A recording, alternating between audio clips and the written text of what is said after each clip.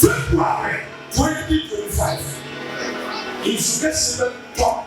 Obofour hwemi ene de me ma kwa ba kese e de ba KSTV so Obofour hwemi ka se prophecy o prophecy ka se prophecy o prophecy Obofour say ka say KSTV de ye chem say ye nenam na bibi ye de etofo mo social media no so ye be mu mo be ka ya 31st of December KSTV ye 1990 ekọ sorry na ye ko pie Gilgal Land Ministry e wo Medina Asalabato School Junction na ye ko to Prophet Solomon Antwi do not find power na sa 31st night na se no ana papa no hyankom bebre na prophet na papa ne tu dwa no o ka se 2025 February 22nd ohun se inso bia pie fe apomu na sa 22nd inso bi to beton Obofour hwemi unim se na 22nd Obofour na ene inso bi to Ghana ha no Obofour ha ka se prophet se ka kire ha Obofour ye ko Medina udu Medina ka se ope Asalabato School Junction kasa upe software friends Prophet Solomon Antwi power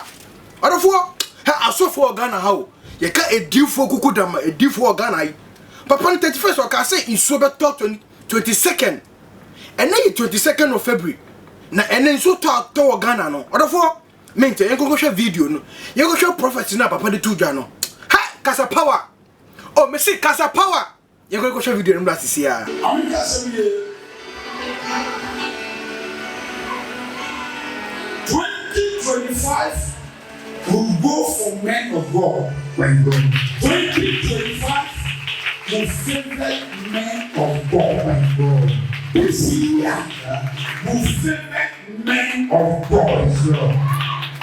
Now, some men of God we are favoring the Thompson. Prophet Solomon Antwi.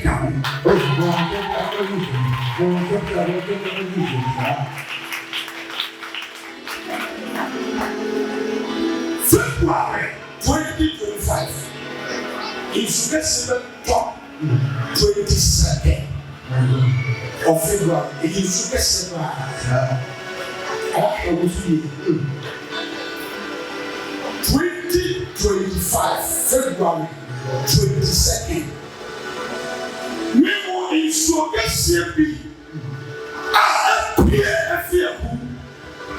Now, mais chefs c'est dans mon pays bien me voyez mais vous êtes une chose bien pierre le pierre non un bois non d'accord mais vous êtes un chiffre du passé le pays où papa et 2025 février dans la mon cahier. Comment vous savez pas un cahier de document? Il dit attendez, bonnier.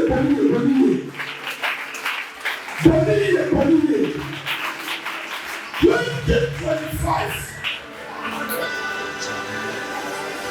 Il y a beaucoup de pas à un moment pour dire faut que si bon Ghana. Oui, moi je dis. Voyez well no.